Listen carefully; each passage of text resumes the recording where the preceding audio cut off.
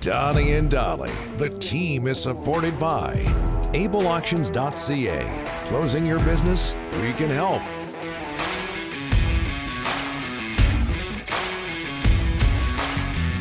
Friday, and all of our guests today brought to you by our title sponsor. And this company is also helping us out with our playoff postgame show, Able Auctions, ableauctions.ca. Just before we get to Thomas Drance from The Athletic, Dave from Lake Cowichan, this is directed to Ryan. Hey, Ryan, with a 7 p.m. start time, who's going to keep Stadler and Waldorf awake for the postgame show? That's ageism at its finest. Yeah. Or worst. I was just expecting that, the 7 o'clock start times. Like, is Dollywall going to have like a knit cap and like an Ebenezer Scrooge? Hey, look, type, I'm not a spring chicken anymore, but I still got game. Donnie's got game. Cut out the old stuff. We're not that old anyways. It's not like we're 75, 80. Give me a break. We're still in game. I'll have a little afternoon nappy, and I'll be fine. I have a nap every day. It's important. It's got to be 30 to 45 minutes, and then boom, cut it off, get up. Okay, as we move on Drance looks disgusted. Rick's sleeping habits, and we bring in Thomas Drance from The Athletic. Game 1, Canucks Predators Sunday. Thomas, thanks for doing. He's not napping. Thanks for doing this, sir. How are you? Doing well, Rick. We're not that old as his dentures fall out. It's time for my afternoon nap. So, are you calling me old, or are you calling me old? Well, you're older than Thomas. I'm just saying I bought you a playoff gift. It's a shipment of prune juice. It'll arrive at your house this afternoon. Go. I know you love your prune and crown. Hey, prune juice is awful. Just awful. You only drink prune juice because of you know what. But anyways, go on. Yeah, no prune juice before the show, okay, Rick, just so you know. All right. Hey, Thomas, how concerned should the Canucks be about a first-round series against the Nashville Predators, a team they finished 10 points better than? I mean, Nashville's good, but I don't think there's any cause for concern. I feel like this is a moment for excitement. You log on to Twitter today, and I see all my colleagues covering non-playoff teams, and they're tweeting all the transcripts from the press conferences, and that's how it goes this time of year. You either gear up to cover press conferences at Garbage Bag Day, from my perspective, or you're gearing up to cover a first-round playoff series. You're gearing up for this city to host playoff hockey for the first time in 9 years. Is Nashville a tougher opponent than I think some expect? Yeah, I think so. But I don't think it's cause for concern. It's cause for excitement. Like, this is a moment where every team in the league gets tested. Rick Tocchet had that commentary a couple weeks ago about how what happens in the playoffs sort of supersedes what occurred in the regular season, that you can have had a miserable campaign and score 5 goals in a first-round win, and guess what? The entire narrative flips. Like, this is a test for this team without question, but it's a test that they had to earn, and they earned with a dream season that saw them win the Pacific Division and saw them earn, what I think a lot of people look at as a relatively favorable draw in terms of the defending Stanley Cup champions, the Dallas Stars and the Colorado Avalanche, all being on the central side of the bracket. This is going to be an exciting couple of weeks of hockey, at least, hopefully more, for Canucks fans, for the organization, for the players on this team, certainly for Rick Tocchet and his staff. Are there areas where Nashville's a tricky stylistic matchup? I say yes. That I feel confident that Nashville's ability to generate scoring chances will be heard from.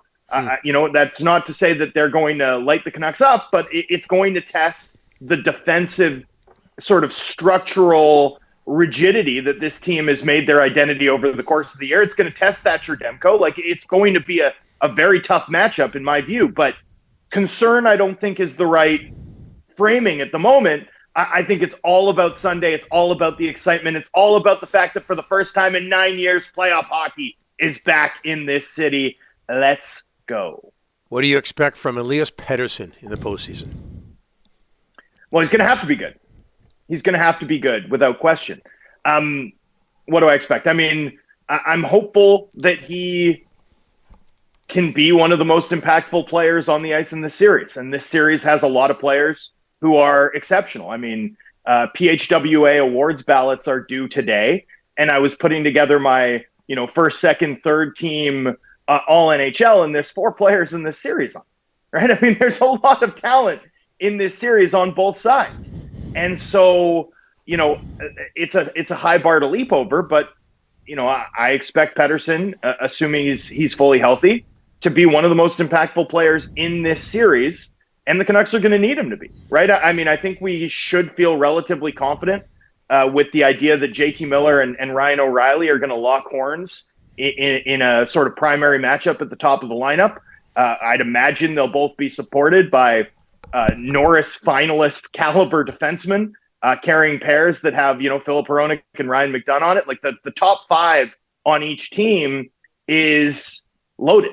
The Nashville Predators have a lights out first line, like a really stellar top line, a really stellar top pair, and the Canucks do too. But Pettersson, should have an edge over Tommy Novak and Colton Sissons, and the Canucks are going to need that to be an edge in this series. They're going to need that edge to matter, to be sharp. I saw you guys had beast mode Ryan Kessler on the program, and I liked his commentary talking about how partly like he couldn't have done what he did in the Predators series if it wasn't for the Twins, and that's exactly right, because every time the Twins stepped on the ice, they were getting cross-checked in the back by prime Ryan Suter and prime Shea Weber, and it was the damage that Kessler was able to do, sort of puncturing the soft underbelly of the Predators lineup that ultimately won Vancouver that series, despite the best efforts of Joel Ward and Barry Trotz and company, and Pekka Rinne's glove. Don't forget that. Similar dynamic for Pettersson, right? I think if this Canucks team is going to be able to contain the Preds offense and outscore them over the course of a 7-game series, I do think their second and third line, that the Garland line and the Pettersson line, are going to need to be heard from, and heard from significantly in key moments at 5-on-5. Thomas, playoff experience. First of all, the Predators have a whole lot more. They just went to the finals. They do. And McDonough's been there so many times. O'Reilly's been there, won the Cup. Vancouver's core doesn't have a ton. Does that concern you? No, not really. At the end of the day, it definitely is going to be a learning experience one way or the other for the Canucks in this postseason. No question. I mean, this core as a group hasn't seen an environment like this in their playing careers. And that's going to be different, but I don't think they've given us much cause to think that they are going to wilt. I know the bubble wasn't a playoff atmosphere, but we've seen this team play big games. We've seen these players raise their game in key games, right? Like we've seen Pettersson go hard to the net front in playoff hockey, even if it wasn't playoff hockey the way we're about to experience it this weekend. The playoffs, it's different to win in the playoffs, but it's not a totally different sport, right? It's a different game. It's not a different sport. And, I think this Canucks team has been pretty even keel all season. I think they've sort of been able to shed that skin where they struggle to stop bleeding. Like in the past, what we've seen is this team will get cut, and like the Tsar's child who needs to see Rasputin, they just keep bleeding. It didn't stop.